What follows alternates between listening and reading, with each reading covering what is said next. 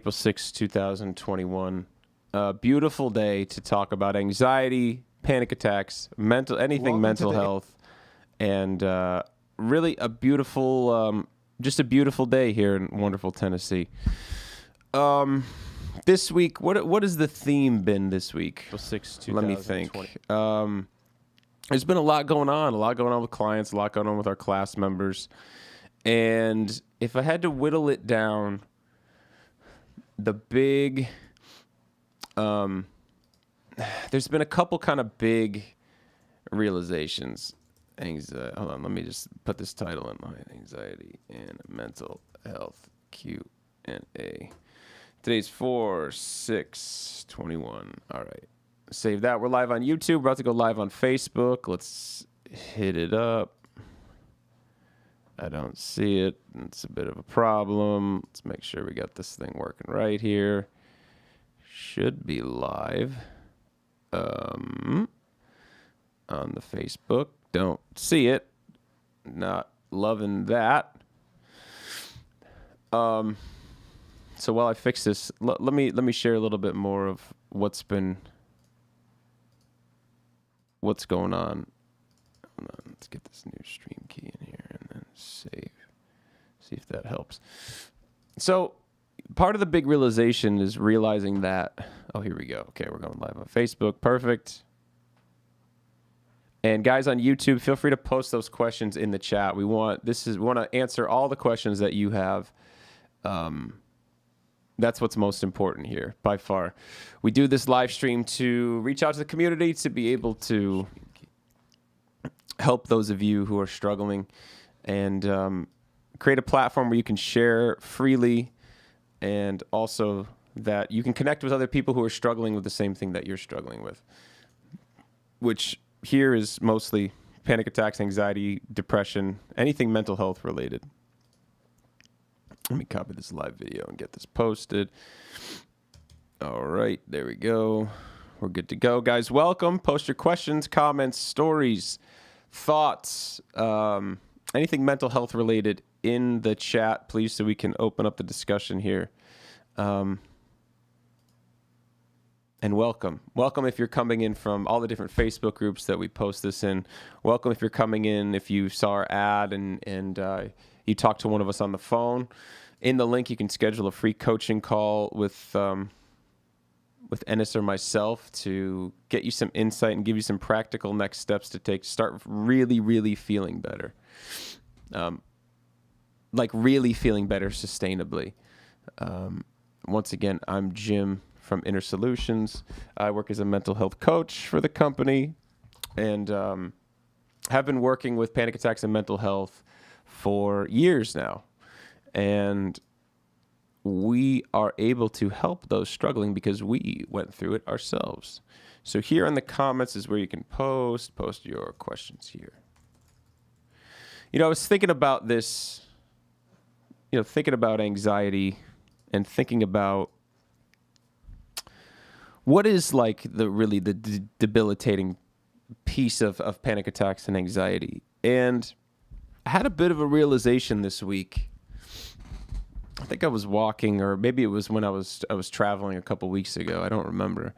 But the big realization was to think of it as an anxiety or panic attack or mental health problem. Hey, Tina, how are you? Good to see you.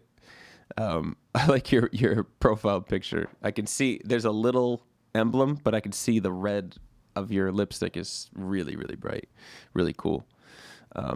So it's not that, in my mind, it's not that there's so much an anxiety or panic attack problem. What I see happen all the time is that the people who struggle crumble, and it's more of a, I can't handle this problem, or why do I have to deal with this problem? And when it's framed in that way, when it's framed in the I can't handle this and this is too much for me, or I don't know what to do, or I shouldn't feel this way, that framing is activated by a part of you that is kind of learned helplessness or has a distorted view of what life is. Life is not guaranteed to be pleasurable or peaceful. And the truth is, what it actually boils down to is there's a bit of a confidence issue. I can handle this. I'm strong enough. Where panic attacks and anxiety will take you is to past what you think your edge is. And this is kind of the eternal conundrum of it all, the eternal confusing equation. And I promise I'll get to keep the comments coming. I promise I'm going to get to every single one of them and read them on stream. But just keep them coming. I want to get through this, though, because I feel like this is so massive and important. Panic attacks and anxiety will push you past where you think your capacity is, where you think your edge is, the capacity of what you can handle. And this is really kind of congruent with somebody struggling with cancer, somebody who goes through a horrible accident. And what happens is you never think you can handle what you're going through. Yet, and I'm going to say this, yet, and I want you to really listen, you're still here. I'm going to say that again. You're still here. What does that mean? It means that you got through it. You got through all these tough times. Because guess what? I guarantee you, a month ago, there was something you were dreading so badly that you never thought that you would go through. You never thought that you would be able to survive. You were so scared of it. Your husband was going away. You had to drive an hour and a half for work. You had to fly somewhere. There was something 3 months ago that you were so scared you couldn't sleep. You couldn't function because you were so worried about it. And now the truth is, if we can flip the script, and this doesn't work just by poking in some new thoughts. This goes in with rolling up your sleeves and getting your hands dirty. If we can flip the script and say, you know what? Not only am I going to go to the grocery store, I'm going to stay there for an hour. And not just change the thought pattern, but shatter the old one and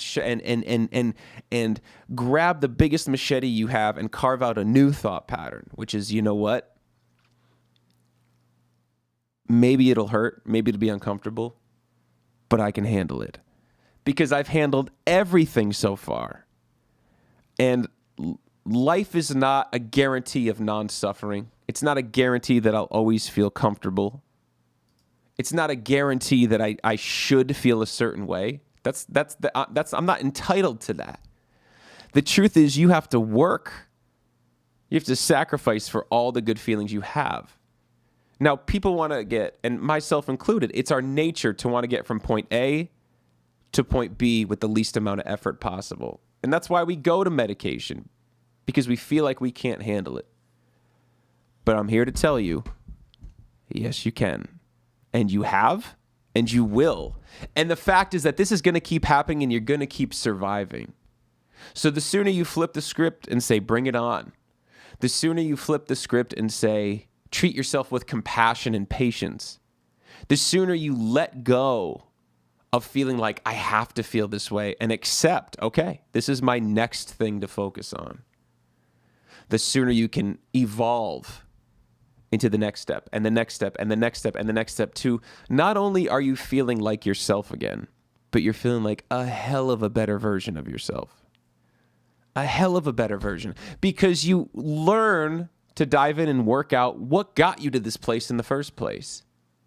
How many of you are people pleasers? How many of you avoid confrontation? How many of you worry incessantly because you have a codependent relationship with your children, with your husband? There's a difference between loving your kids and your husband and being in a codependent relationship. How many of you try to control things that you have no business trying to control? I'm guilty of all those things, still managing them to this day. The difference is I don't dread the anxiety. I'm not scared of it. It's okay. I feel it. I told you the story about 2 weeks ago getting on the plane, being freaked out, being worked up, using all my tools, and so minimizing how deep and intense it was. But I get on the plane, I'm scared, and it was the smoothest flight I've ever been on. Not a bump.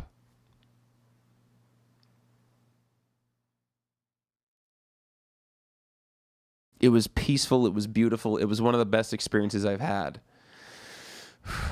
So we don't have an anxiety and panic attack problem. We have I can handle this problem. We have I need to learn to trust my doctor, my coach, my therapist, my friends, we have I can't handle this problem, because you can. And I would encourage you to say that every day, multiple times throughout the day. I can handle this. You know, when I say that, I said that to somebody today on a consultation call. And I said, you know what? Actually, no, I'm sorry. It was a client. I said it to a client today. I said, hey, here's the deal. You don't deserve this, but you can handle it. And something snapped. Like, it almost like activated her inner warrior spirit. And it was like, yep, you're right. I can handle it. Okay, let's roll up our sleeves and get to work. All right, let me get to these comments. Guys, please put your questions in the chat. Let's open up the discussion, and let's go deep. Who the catalyst is going to be, I love it.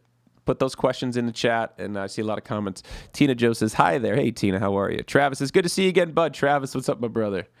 Edita says, do I stay home or go on my own? Back home and too much stress. I feel like I'm not comfortable anywhere. Edita, I think... I hope what I said resonated with you, that it is not like many times, and I say this ad nauseum, I'm sorry, I know it's annoying. I'll say it a million more times. A lot of times there's no perfect answer and there's no wrong answer. Meaning, like, I think the only thing that you can do is use the information you have and try to set yourself in the right direction as much as possible and get good support. So do you stay home or go on your own? They both have their challenges. I would probably say going out on your own and giving yourself the time to adapt and get used to it is the best. And then just telling yourself, I can handle this. Okay, this is my journey. This is my next journey.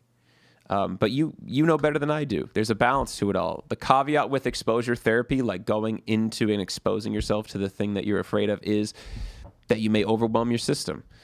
That being said, there is a method of exposure therapy called flooding, which is where you overwhelm your system and learn to adapt. You basically traumatize yourself until you develop the skills, muscles, tendencies to work through it.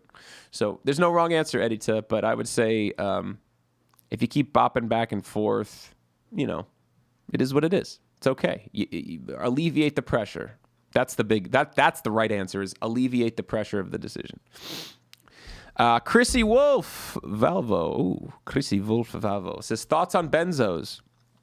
I have a lot of thoughts on benzodiazepines. I think they can be extremely dangerous. I think they can be abused easily. I also think that they're a key tool to helping people in the short term. This all comes with the obvious. I'm not a psychiatrist. I don't recommend medication. But that being said, everybody's different. And I think those of us that are struggling sometimes don't have the luxury of wanting to do things 100% holistic. We have to do what we have to do to get some short-term relief.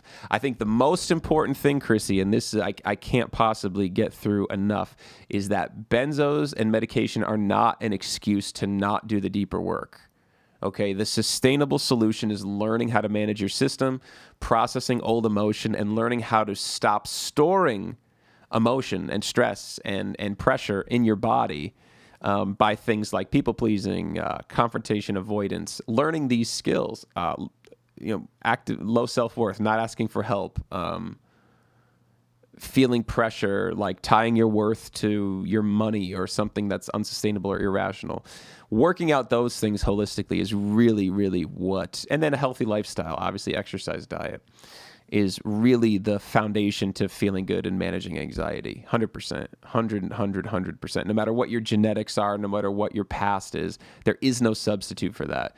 So I think benzos get a bit of like a scapegoat, but I do think that some people have averse reactions to them. I've dealt with plenty of clients who have gone through benzo withdrawals, who are on them for a long time. The short answer is trust your psychiatrist. Make sure you have a good, highly rated one. They should do the genetic test on you to see what medications you're genetically resistant to. But there is no substitute for diving in and doing the deeper work. I tried medications. I tried self-medicating with all different substances. And the sustainable solution is to be in it, is to learn the skills, to dive deeper in, to understand what's really bothering me, what am I really scared of, what's triggering my anxiety, and how to deal with it, face it, move into it, and then go on the offensive to seek out things that scare me to keep it at bay consistently. And the cure ultimately is trust. Trust in yourself, trust in your spirituality, trust in your doctors, and trust in your future self, and trust in the process. Tita Joe says, that sounds like me. Sophia says, good evening, Jim. Good evening, Sophia. Fellow Italiano. Paisan. Edita says, the fear of the night and the morning. Yeah. The fear of the night and morning. It is what it is. Like, I feel like you will habituate to it. If you wake up and have a crappy morning, you wake up and have a crappy morning. Let me skedaddle over to YouTube. We got some YouTube comments, and I'll get back to Facebook. Guys, keep pumping those comments in there, please. Lisa K says, hey, Jim, have you ever heard of having a panic attacks in your sleep? I have, actually. I've had a panic attack. I've woken up in a state of panic before, out of my sleep when I was like 20. And I remember it specifically because I was freaking out. Like, my heart started pumping heavy. I started thinking, oh my God, I'm having a heart attack. And I think a lot of times what it can be, Lisa, is just a physical sensation that happens while you're sleeping. It could be triggered by a dream, or it could just be triggered by maybe you breathe a little heavy, or some saliva blocks your breathing. So you feel that initial kind of first step that starts the feedback loop of panic, which may trigger a thought, oh my God, I'm having a heart attack. Oh my God, I can't breathe, which triggers the emotion of fear, which triggers more of a physical sensation and builds on itself. So it's not unheard of to have a panic attack triggered by something that happens in your sleep. Rowdy says, hello, remember me? Of course I remember you, Rowdy. What's up, brother? Money Mark.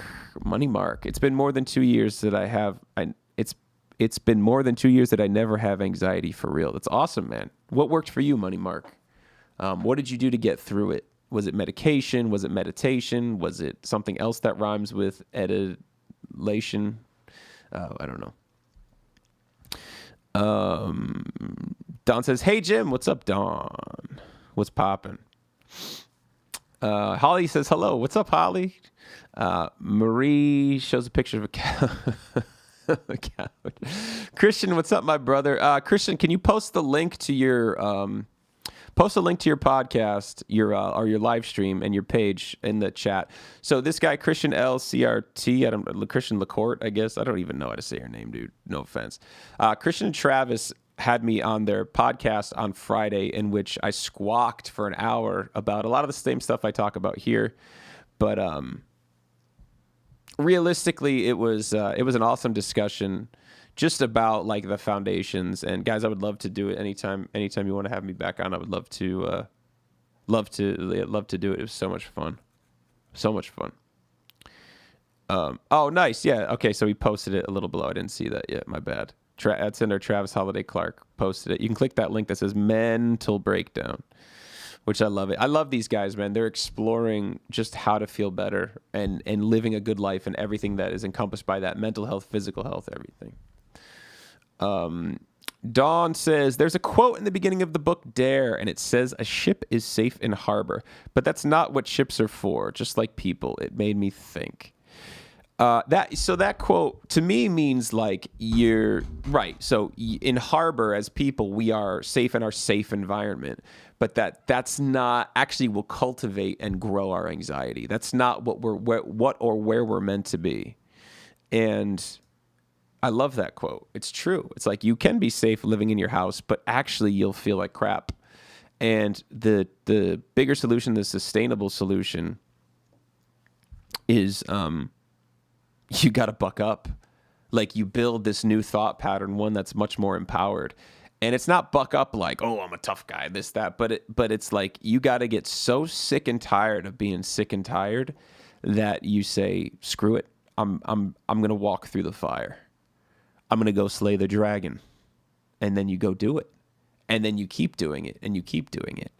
And you see, because it's never as bad as we think it's going to be in our mind. I had a client today say that she was so scared of restaurants. She could not go out in public. She just couldn't do it. And then she said, but I went out Friday with my family and I had a ball and I laughed and I was comfortable and I was confident. And it just goes to show that these irrational thoughts that are based in emotional reasoning, you're possessed. The anxiety will possess you. It'll possess your thoughts, especially if you let it overwhelm you. You can notice it and say, okay, that's my anxiety. That's my anxious part doing this, that, whatever. But if you don't set the boundary, if you don't exercise that mindful muscle and then work on unblending from that part of you and letting it float by, you're consumed by it. And I've been there. And it's something I still have to manage. So I love that quote.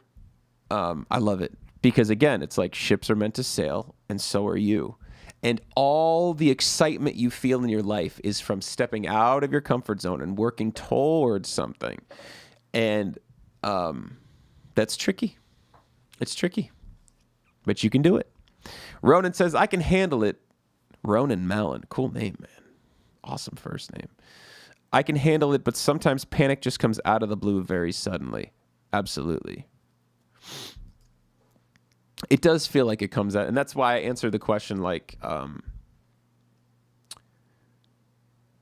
I have a panic attack out of my sleep? It's like, well, it's actually not the physical sensation that causes the panic attack. It's the physical sensation that triggers the thought, that triggers the emotion, that triggers the sensation, triggers the thought, triggers the emotion, and it's that feedback loop that causes the panic attack. And it happens so quick. So when you say it comes out of the blue very suddenly, actually what's happening, Ronan, is you have a physical sensation that triggers that feedback loop. So ultimately, the difference between me now and me when I was having panic attacks, like when I woke up out of my sleep, was that I thought my heart was beating out of my chest and I was going to die. Now, if I have a heart palpitation while I'm exercising, or if I sometimes will like weirdly skip a breath, I get maybe like a little rush of like, whoa, but it's not, oh my God, I'm dying. Oh my God, it's this. Oh my God, it's that. It's just, this is a normal physical sensation. It doesn't hurt. Joanne Picciolo Marosi. Joanne says, hi, Jim. Hey, Joanne, how are you? Joanne. It's a great song. Tina Jo says, I have so much anxiety from losing my child. It has been very hard for me. Tina Jo, I mean, I can't imagine losing your child. When you say you have so much anxiety, can you expand upon that? What does that mean, you have so much anxiety about losing your child? Obviously, there's going to be a sadness. There's going to be a grieving. But what is the anxiety from? Do you know? If it's too touchy to talk about, and guys, trigger warning, if we discuss this further, that really could trigger some people. So if you need to kind of step out during that part or this part of the discussion, please do, and come on back. I just donked. But yeah, Tina, I really want to know, because typically the anxiety is something peripheral.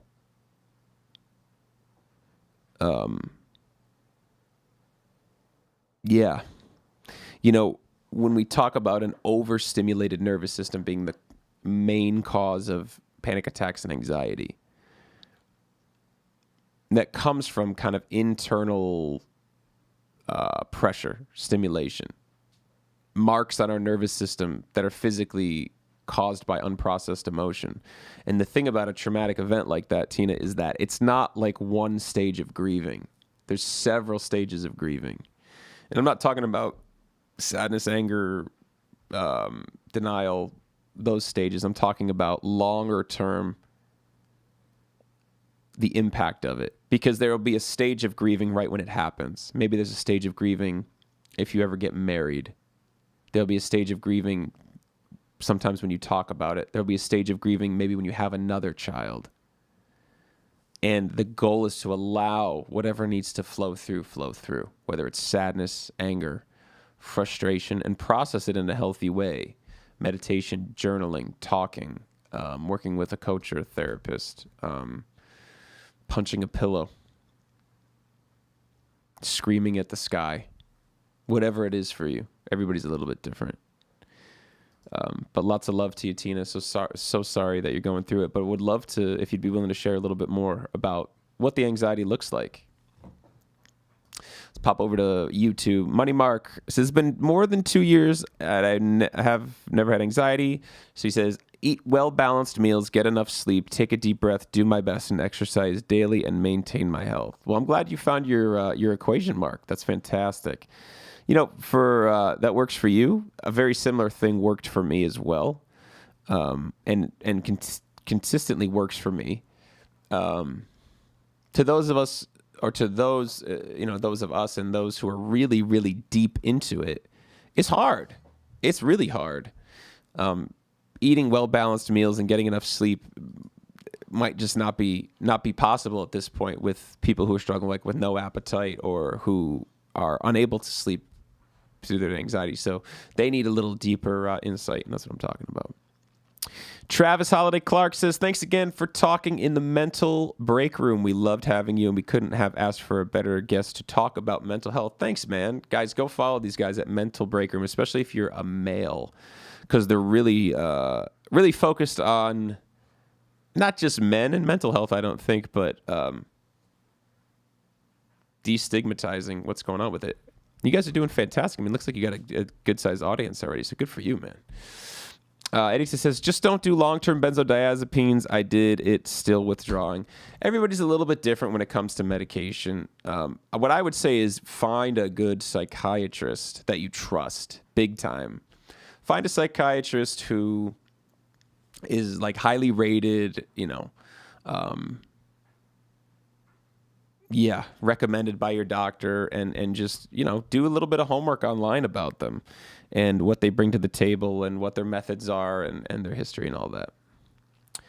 Benjamin says, anxiety is making me so stressed. Help. You got to tell me more, Benjamin. I'm here to help, man. I have the tools. I have the knowledge. I have the skills to help you, but you got to tell me more. How is it impacting you?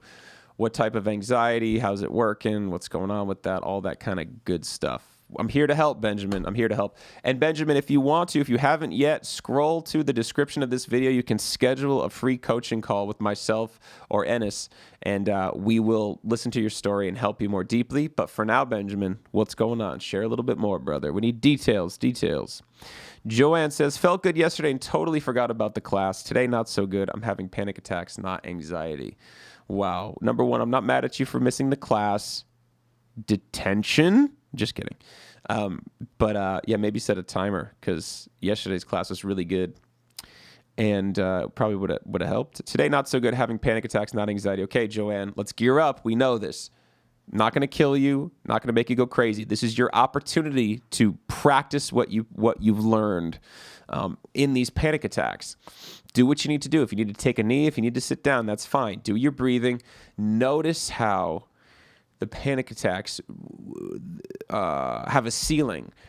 And try one of the techniques in the book. Maybe you do the compassionate reframing, so you just say, it's okay, we're fine. Or maybe you do the bring it on, which is like, go ahead, take me out, man. Take me out. See if you can make your heart beat faster. You're not in any danger from a panic attack as far as having a heart attack or a brain aneurysm or anything like that. You're going to be safe. Patricia Cipollini, a lady who is very foreign to me. Just kidding, that's my mom. Welcome, Mom. Mom, you struggle with anxiety. How come you're not a client of mine, Mom? Sign up for a free coaching call below, Mom. No charge for you. Tina Joe, so terribly sorry for your loss. I had a son with a serious condition, actually 2 for a while, and we had emergencies. Very scary. He grew out of one condition and is handling the other as an adult. That's my brother, Matt. Breaking the fourth wall. Eddie just says, I did sunbathing today, went to the town fair tired, drove to Stonington. I survived. Very good. Look, man, get mad. Great. Good work. Amanda says, hello, my dude. Hello, my dudess. Dudette. Duderino. Duderino. I don't know what that means. Hello. How are you? Good to see you, Amanda. What's going on with you? Check in with us. It just says, night walk right now helps you to make some decisions. Nice. Yeah, get out in the night walk, man. Go. Literally go into the darkness that you feel like you don't want to go to. It's empowering. I love it. Amanda replying to Tina. Tina was talking about losing a child. Again, guys, trigger warning. If this is something you don't want to discuss, it might be a good time to get out of here for a little bit and just maybe return in about 10 minutes. I cannot even imagine. My deepest condolences, big giant hug. Oh, the support here is so beautiful. Deborah says, I got rejected from a program I applied to and went to. I'm a failure, but then realized today that I faced my fears of not being enough and actually applied and got as far as the phone interview. So I actually succeeded. Hashtag fear is a liar. Hashtag change of perspective. I love it, Deborah. I want to give you a round of applause. Oh, but I don't have the button up right now. Hold on, maybe I can still do it. Let me see. Where's the... Nope, I messed it up. All right. Killing the flow here. Killing the flow. Sorry, guys. Here's a round of applause for Deborah. Great work. Seriously, guys, it's all about trying. And so we talked about exposure therapy and the caveat of there is a risk of having a really rough experience and quote unquote kind of traumatizing yourself more furtherly with certain things like applying to a program, typically exercising the muscle of going through the process of getting it done. Because I'm sure for Deborah, if she's struggling with anxiety, it can be really hard to focus. It can be really hard to complete complex tasks. And furthermore, with feeling like she was really scared and anxious about, not being able to even just fill out the application, the process of just filling out the application, going through the complicated task of like forms and mailing it and thinking about stuff and getting stuff together, to me outweighs the potential pain of getting rejected. So I'm really proud of you, Deborah. I think we all are. Here's another round of applause. Great work. Amanda says, grief is such a complex journey. I feel like I'm almost an expert with it. You know, one of the things that I think really debilitates us in dealing with grief is a very similar thing that I think I was talking about, that I was talking about at the very beginning of the stream, which is a lot of times it's not a grief issue. It's not an anxiety issue. It's not a panic attack issue. It's I can't handle this issue. And it's too much for me to carry issue. When the truth is, most of us are extraordinarily stronger than we believe. And I used the metaphor earlier about like dealing with cancer, dealing with an accident, dealing with something really tough that pushes you beyond where you think your edge or capacity is. You can handle it, and actually engaging in it and learning why that these things are happening for you and not to you is the most empowering perspective that you can have. So every time something's going on, we're trying to extract meaning out of it. Well, what does this mean? What can I extract usefully out of this? Even pains in relationships, struggles in balancing your budget, struggles in managing your household or getting organized, or for me right now, it's pain and struggles in attachment issues in my relationship, abandonment issues, this, that, the other thing. I get good support. I do the exploration on my own. I get really clear of the why and what's at stake. Why do I want to work through this? What is the vision that I'm after? And I am consistent in taking care of my body, my mind, and taking care of the situation and honoring it in exploring with the good support that I have. So we hit it on all these different fronts. And we have to face it. And so when I hear that part of me come in like, oh, God, I can't handle this. I got to get out. I know that for me, my instant reaction when I get scared is to exit or control. I want to control what's going on, or I want to get out of there. And just having that awareness, now when I feel like I need to control, when I feel off of my base state and I feel like I'm in that place where I got to get out of here or I need to control, that it's really anxiety. And if I dive down deep and I say, well, what's going on? Why do I need to control? Why do I need to leave? It's usually because I'm scared. I'm scared I'm going to get hurt. I'm scared I'm going to be left. I'm scared that I'm not enough. I'm scared that she'll pick somebody over me. And I feel the emotion of that when I say it, which is an indicator that I'm hitting something beautiful. And so I have these markers now. I feel it in the pit of my stomach.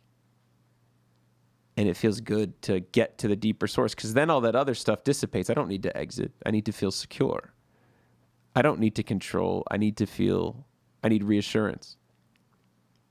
And I can reassure myself, or I can talk to her about it. So yeah.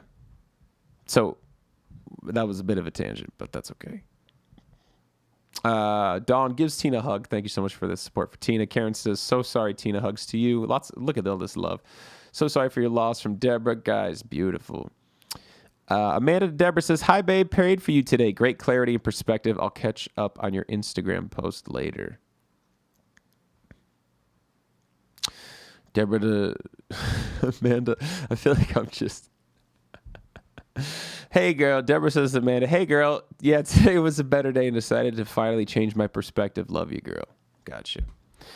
Muriel says, I never experienced anxiety until a month ago. Still not going away. Help.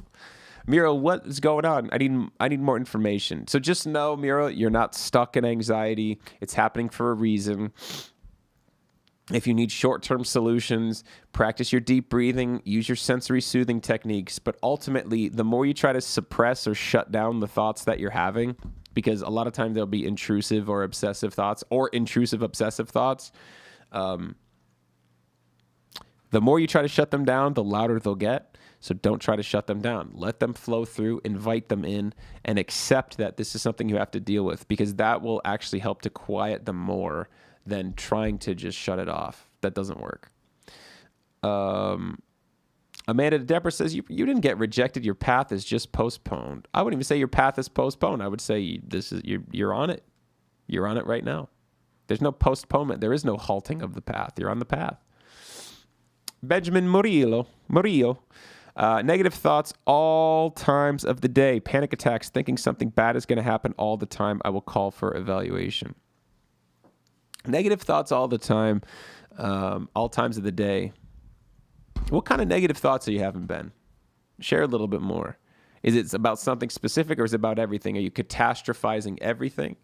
And panic attacks, and are you having thoughts fearful of having another panic attack? Yeah, share a little bit more there, Ben. We'd love to know more.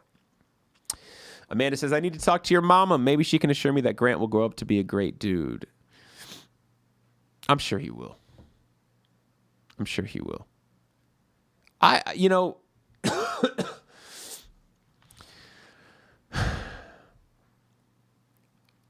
Teenagers.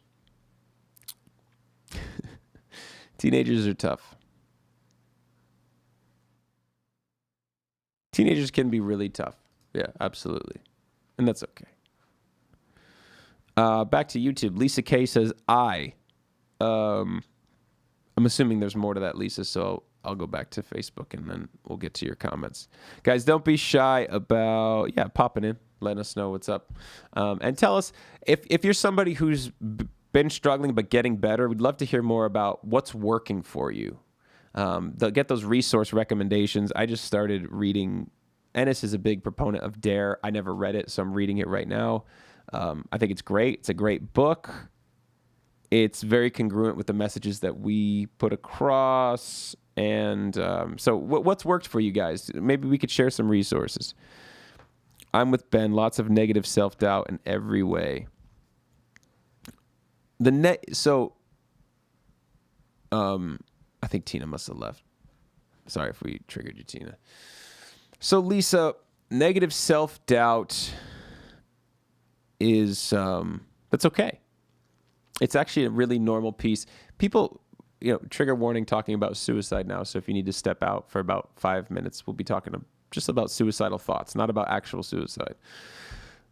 Suicidal thoughts, negative self-thoughts are normal, really normal. And the anxiety, I think, is separate from the negative self-thoughts, the negative kind of self-image or the inner criticism. That can manifest into people-pleasing. It can manifest into avoiding confrontation, not asking for help, not speaking your mind, which in and of itself will cause a lot of internal turmoil and anxiety. But the negative thoughts is really a really separate part of you. The inner critic is a separate, conscious, different part. A lot of inner criticism comes from trying to protect you. And it comes from being hurt. And so if you criticize yourself or you have negative thoughts to say about it's like a two-pronged, it's a two-part dynamic. There's the part that does the criticizing and the part that absorbs it. And the part that absorbs it is typically a younger, more hurt part. And the part that criticizes has learned to do that, either learned through somebody externally doing it or learned to do it to protect you from feeling that hurt. But the problem is it hurts because there's this part of you that absorbs it. I think what Ben was talking about is maybe more catastrophizing parts too. And those are very, very different. Very, very different. But both when they're seemingly really intrusive or happening kind of obsessively, both very, very disruptive to your day-to-day. So what do you do with negative thoughts?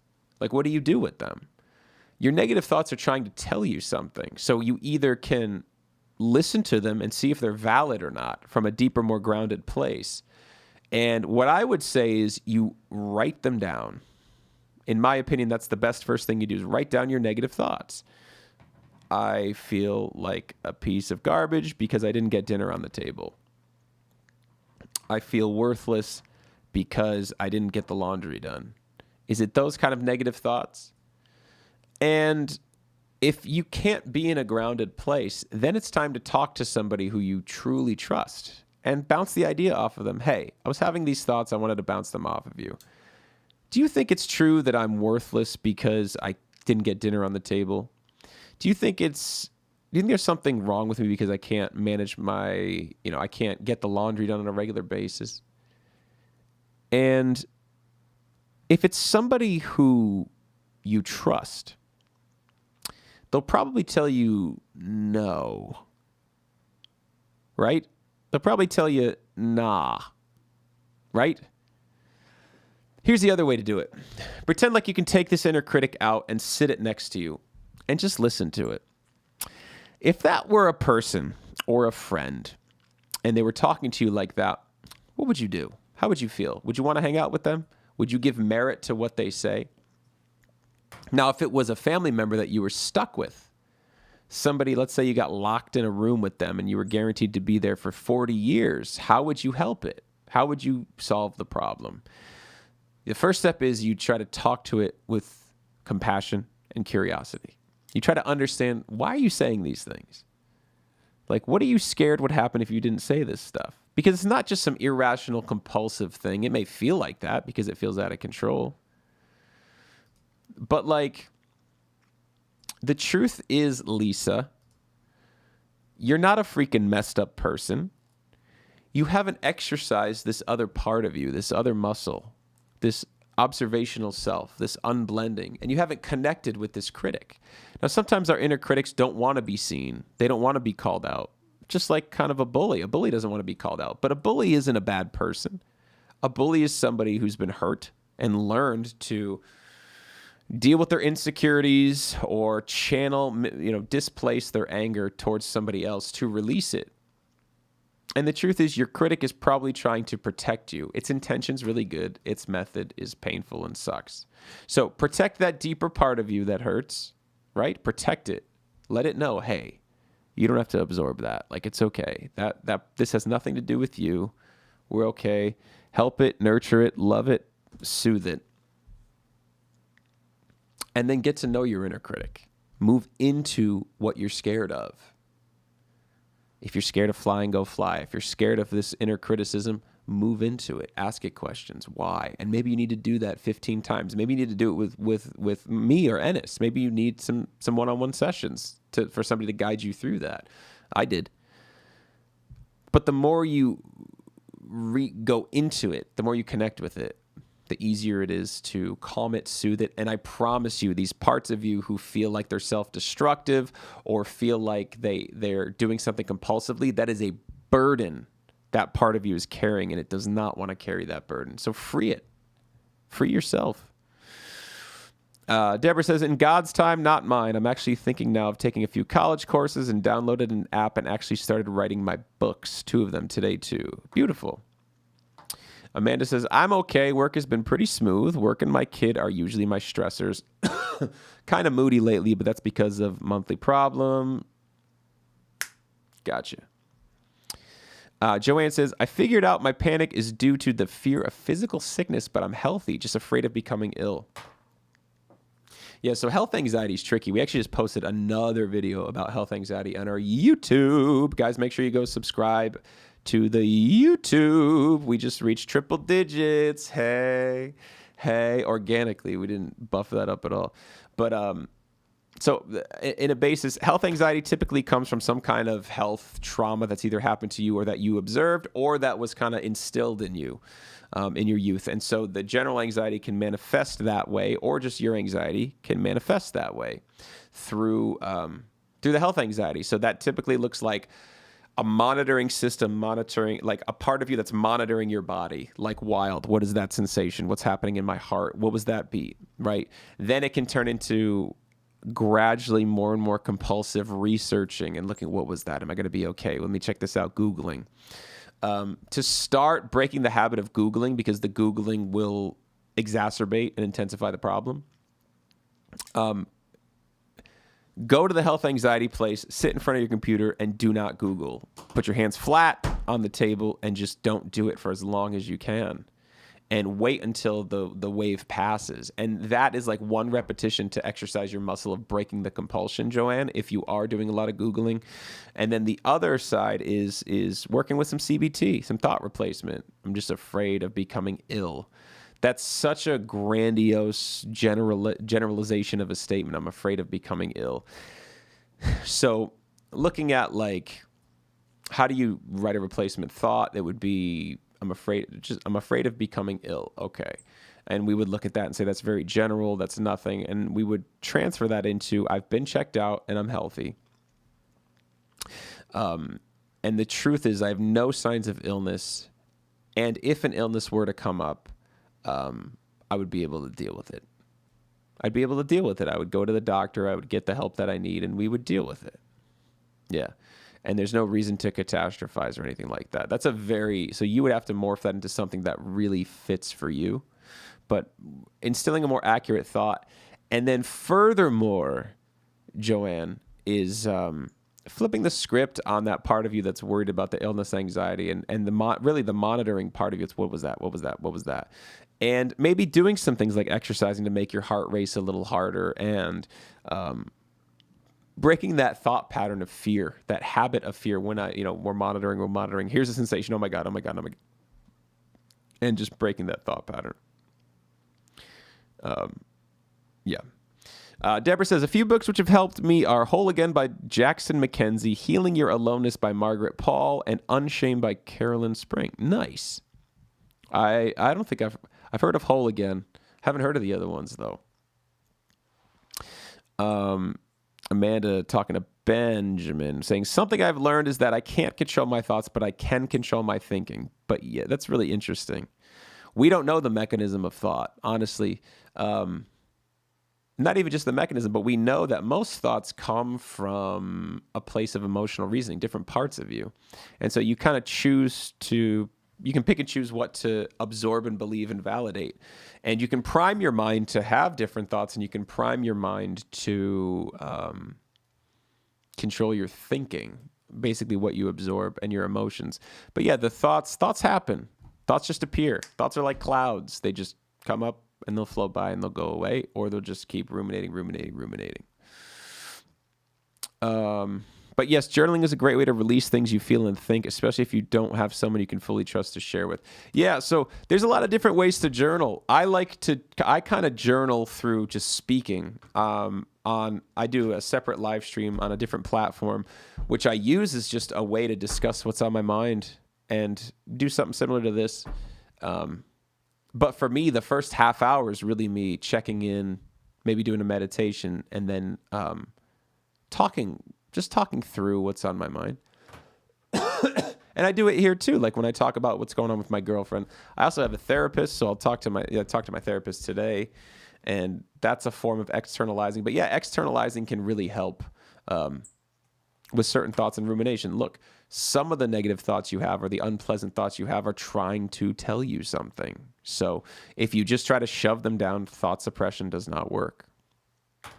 And Lisa, it's okay to say what you said. It's okay. You're not broken. You're not messed up. You're having some inner turmoil. We all have it. You're just going through yours. There's nothing wrong with you as far as like, you're not a broken human being. I'm sure you're wonderful and great. And I'm sorry that you feel like the people pleasing and the self-worth thing are still not worked out, but stick with it. Stick with it.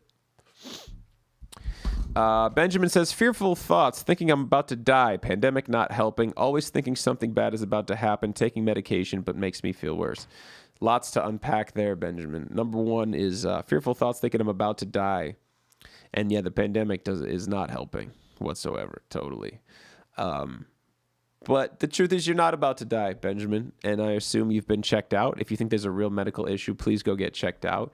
But give yourself, kind of set some boundaries, being like, I'm going to get checked out 3 times, and then I'm going to accept that I'm fine and realize this is just anxiety. I'm going to stop trusting my thoughts. I'm going to let them float by and go through. Always thinking something bad is about to happen. Hold on. Always thinking something bad is about to happen, taking medication, but makes me feel worse. Yeah, the medication, I had a similar experience with it, Benjamin, where sometimes the medication makes you get worse, and then once it's in your system, it'll help you feel better, or sometimes you just have the wrong medication. I would talk to your psychiatrist, ask for that genetic test immediately. I don't know why psychiatrists don't do that automatically, like first thing. I'm doing this program, 75 Hard, where I have to drink a gallon of water every day and get 2 45-minute workouts in. I drink so much water, but it's delicious. Always thinking something bad is about to happen. So here we go, Benjamin. We have a part of you that is a catastrophizer. Beautiful. We know that when we go from 0 to 1,000 and we predict the future and what's going to happen, and it's tethered to a heavy emotion, that can be really overwhelming and possessed. Start with the awareness, Benjamin, that you have a part of you doing this. It's not all of you. Watch that part do it. Don't identify with it. Don't try to stop it. Just watch it at first. A lot of times just recognizing, wow, this is like totally not me doing this catastrophizing, because I'm sitting here noticing it, being like, chill out, bro. I talked about how wretched of a response I have sometimes when somebody cuts me off. I mean, I say horrible things in my head and I go, dude, easy. It's there. And you know where it's from? My father.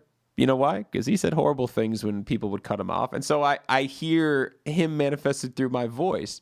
And now I hear it. And if I hear it, I just laugh at it like, oh, okay. And that was, when we talk about priming your mind, that's what like affirmations are. But our minds were primed for us in our youth. We didn't choose this. We didn't choose to have these thoughts or be in these states. But we got to deal with it. And we can. And we will. And we can. So Benjamin, you are not stuck in any way. Start real simply by like integrating and eliminating things from your diet. Make sure you integrate more exercise.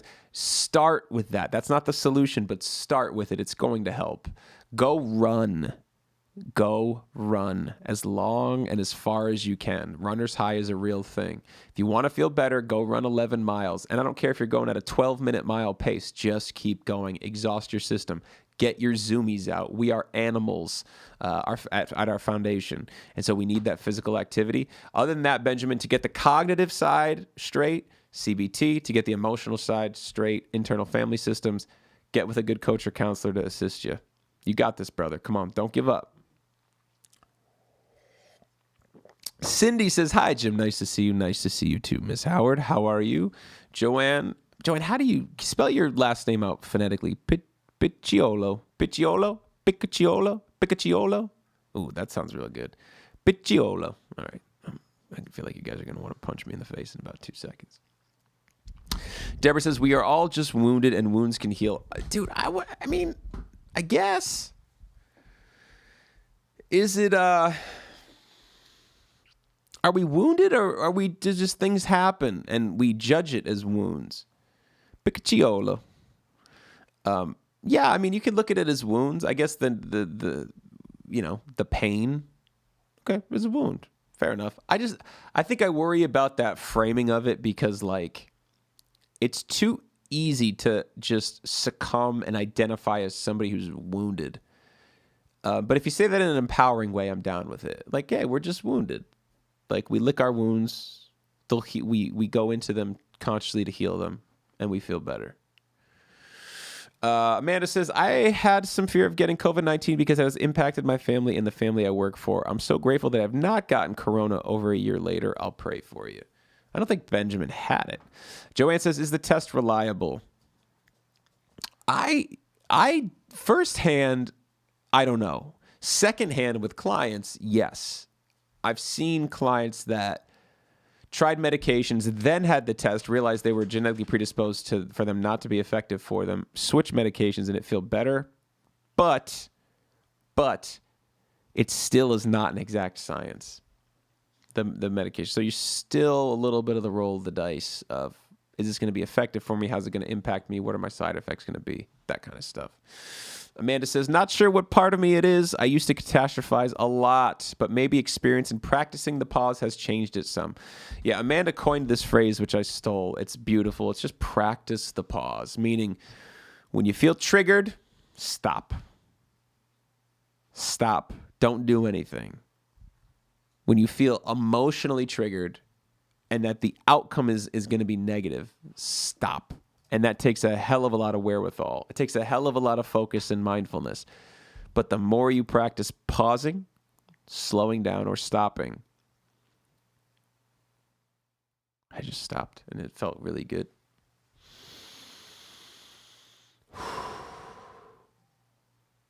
We are machines meant to replicate our autopilot responses, and the higher in stress we are, the more automatic and less intentional we move.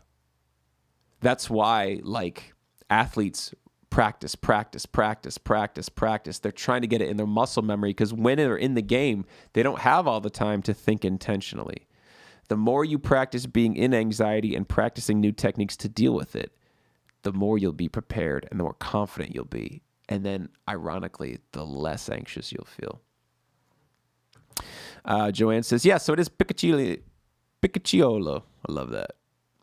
And Amanda says, like buying a new car. Nice. Well, guys, I think that's what we're going to call it for today. We had so many awesome comments. I have so much love and appreciation for you guys for coming here, for sharing about your journey, sharing a little bit about your inner world, for supporting each other. If you haven't scheduled a free call, please go to the description here or message us on Facebook saying you'd like the link to schedule that free call. And other than that, please go find the YouTube and subscribe. There's tons of great content. If there's content you want us or questions you have during the week between these sessions, you can message us those questions here on Inner Solutions. We'll answer them on the live stream, or we'll make a video for YouTube. Other than that, guys, lots of love, good mental health. And remember, no matter how bad you feel, no matter how long it's been happening, no matter how intense it is, you're never, ever stuck. You might just need some support. For Inner Solutions, I'm Jim Cipollini. Thank you guys so much. Lots of love, and cheers to all of y'all, and good mental health. Thanks.